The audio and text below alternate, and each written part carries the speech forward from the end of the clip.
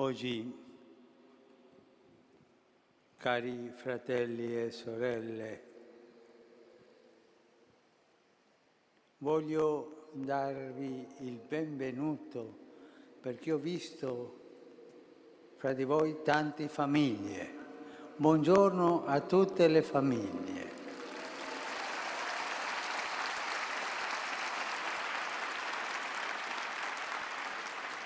E continuiamo a riflettere sulla famiglia e oggi su una caratteristica essenziale della famiglia, ossia la sua naturale vocazione a educare i figli perché crescano nella responsabilità di sé e degli altri.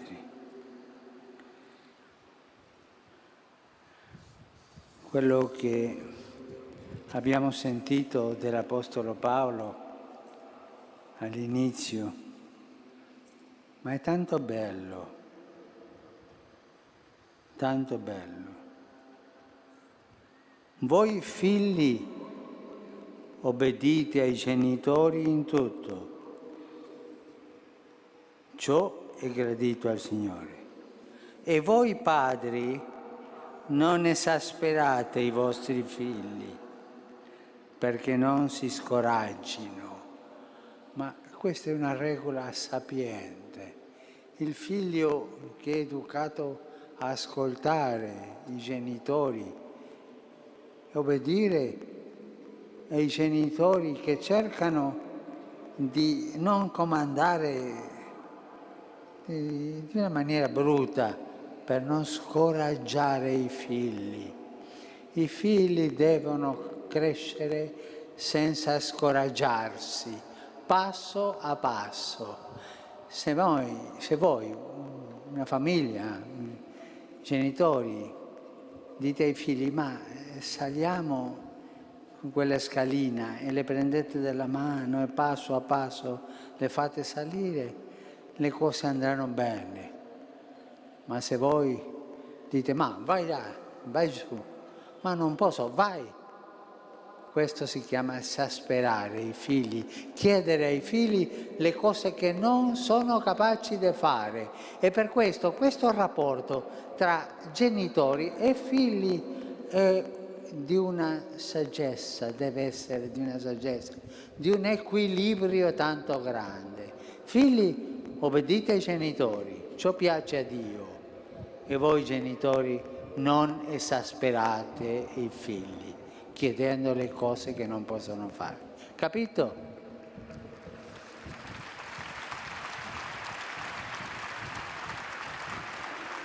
E questo si fa perché i figli crescano nella responsabilità di sé e degli altri. Sembrerebbe una constatazione ovvia, eppure anche ai nostri tempi non mancano le difficoltà. È difficile educare per i genitori che vedono i figli solo la sera quando ritornano a casa stanchi di lavorare. Quelli che hanno la fortuna di avere lavoro. È ancora più difficile per i genitori separati che sono appesantiti di questa loro condizione. Ma è tanto difficile educare, ma poverini hanno avuto difficoltà, si sono separati. E tante volte il figlio è preso come ostaggio. Il papà gli parla male della mamma e la mamma gli parla male del papà e si fa tanto male. Ma io dirò a voi, i matrimoni separati, mai prendere il figlio come ostaggio. Voi siete separati per tante difficoltà emotive, la vita vi ha dato questa prova. ma che i figli non siano quelli che portino il peso di questa separazione.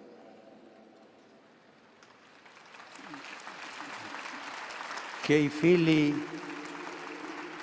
non siano usati come ostaggi contro l'altro coniuge, che i figli crescano sentendo che la mamma parla bene del papà, benché non siano insieme, e che il papà parla bene della mamma. Per i matrimoni separati questo è molto importante e molto difficile, ma potete farlo. Ma soprattutto la domanda: come educare? Quali tradizioni abbiamo oggi da trasmettere ai nostri figli? Intellettuali critici di ogni genere hanno zittito i genitori in mille modi per difendere le giovani generazioni dai danni, veri o presunti, dell'educazione familiare. La famiglia è stata accusata, tra l'altro, di autoritarismo, di favoritismo, di conformismo, di repressione affettiva che genera conflitti. Di fatto si è aperta una frattura tra famiglia e società, tra famiglia e scuola. Il patto educativo oggi è diventato rotto. E così l'alleanza educativa della società con la famiglia è entrata in crisi, perché è stata minata la fiducia reciproca. I sintomi sono molti. Per esempio, nella scuola si sono intaccati i rapporti tra i genitori e gli insegnanti.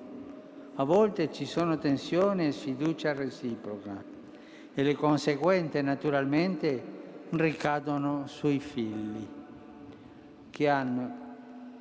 D'altro canto si sono moltiplicati i cosiddetti esperti, che hanno occupato il ruolo dei genitori anche negli aspetti più intimi dell'educazione, sulla vita affettiva, sulla personalità e lo sviluppo, sui diritti e sui doveri. Gli esperti sanno tutto: oggettivi, motivazioni, tecniche, e i genitori devono solo ascoltare, imparare e adeguarsi.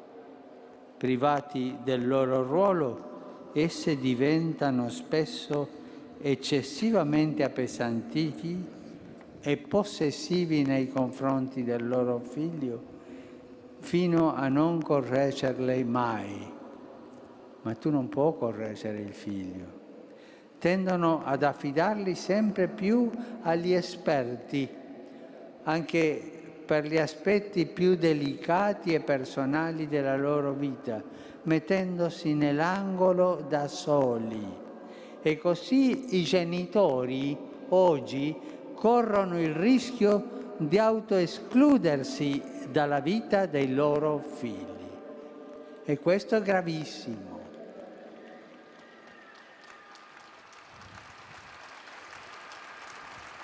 Oggi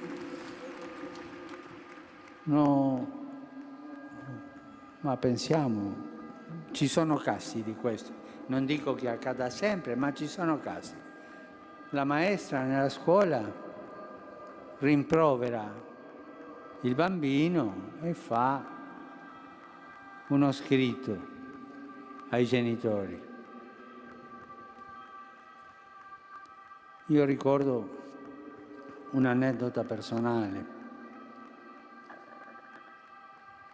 Io una volta, quando ero a quarta elementare, ho detto una brutta parola alla maestra. E la maestra, una buona donna, ha fatto chiamare mia mamma Mia mamma è venuta il giorno dopo, hanno parlato fra loro e poi sono stato chiamato. E mia mamma, davanti alla maestra, mi ha spiegato che quello che io ho fatto era una cosa brutta, che non si doveva fare, ma con tanta dolcezza l'ha fatta la mamma e mi ha chiesto di chiedere perdono davanti a lei, alla maestra. Io l'ho fatto e poi sono rimasto contento, perché è finita bene la storia. Ma quello era il primo capitolo. Quando sono tornato a casa, incominciò il secondo capitolo. Immaginatevi voi, Oggi la maestra fa una cosa del genere, il giorno dopo ho due genitori, uno dei due, a rimproverare la maestra, perché i tecnici dicono che ai bambini non si deve rimproverare così.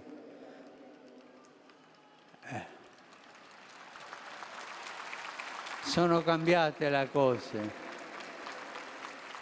Questo i genitori non devono autoescludersi dall'educazione dei figli. È evidente che questa impostazione non è buona, non è armonica, non è dialogica, e invece di favorire la collaborazione tra la famiglia e le altre agenzie educative, le scuole, ma anche le palestre, tante agenzie educative, le contrappone. Come siamo arrivati a questo punto? Non c'è dubbio che i genitori, o meglio, certi modelli educativi del passato avevano alcuni limiti, non c'è dubbio, ma anche è vero che ci sono sbagli che solo i genitori sono autorizzati a fare, perché possono compensarli in un modo che è impossibile a chiunque altro. D'altra parte lo sappiamo bene, la vita è diventata avara di tempo per parlare, riflettere, confrontarsi. Molti genitori sono sequestrati dal lavoro, papà e mamma devono lavorare, e da altre preoccupazioni, imbarazzati dalle nuove esigenze dei figli e della complessità della vita attuale, che è così, dobbiamo accettarla com'è, e si trovano come paralizzati dal timore di sbagliare. Il problema però non è solo parlare, anzi un dialogismo superficiale non porta a un vero incontro della mente e del cuore. Chiediamoci piuttosto, cerchiamo di capire dove i figli veramente sono nel loro cammino, dov'è realmente la loro anima, lo sappiamo? E soprattutto lo vogliamo sapere? Siamo convinti che essi in realtà non aspettano altro? Sono domande. Le comunità cristiane sono chiamate ad offrire sostegno alla missione educativa delle famiglie e lo fanno anzitutto con la luce della parola di Dio. L'Apostolo Paolo ricorda la reciprocità dei doveri tra genitori e figli. Voi figli obbedite ai genitori in tutto, cioè gradito al Signore. Voi padri non esasperate i vostri figli, perché non si scoraggino. Alla base di tutto c'è l'amore, quello che Dio ci dona, che non manca di rispetto, non cerca il proprio interesse, non si addira, non tiene conto del male ricevuto, tutto scusa, tutto crede, tutto spera, tutto sopporta. Anche nelle migliori famiglie bisogna sopportarsi e ci vuole tanta pazienza per sopportarsi. Ma è così la vita. La vita non si fa in laboratorio, si fa nella realtà. Lo stesso Gesù è passato attraverso l'educazione familiare. Anche in questo caso la grazia dell'amore di Cristo porta a compimento ciò che è iscritto nella natura umana. Quanti esempi stupendi abbiamo di genitori cristiani pieni di saggezza umana. Essi mostrano che la buona educazione familiare è la colonna vertebrale dell'umanesimo. La sua irradiazione sociale è la risorsa che consente di compensare le lacune, le ferite, i vuoti di paternità e maternità che toccano i figli meno fortunati. Questa irradiazione può fare autentici miracoli e nella Chiesa succedono ogni giorno questi miracoli. Ma mi auguro che il Signore doni alle famiglie cristiane la fede, la libertà, il coraggio necessario per la loro missione. Se l'educazione familiare ritrova la fierezza del suo protagonismo, molte cose cambieranno in meglio per i genitori incerti e per i figli delusi. È ora che i padri e le madri ritornino dal loro esilio, perché si sono autoesilati dall'educazione dei figli, che ritornino dal loro esilio e riassumano pienamente il loro ruolo educativo. Speriamo che il Signore ci dia questa grazia di non autoesilarsi nell'educazione dei figli. E questo soltanto lo può fare l'amore, la tenerezza e la pazienza. Grazie.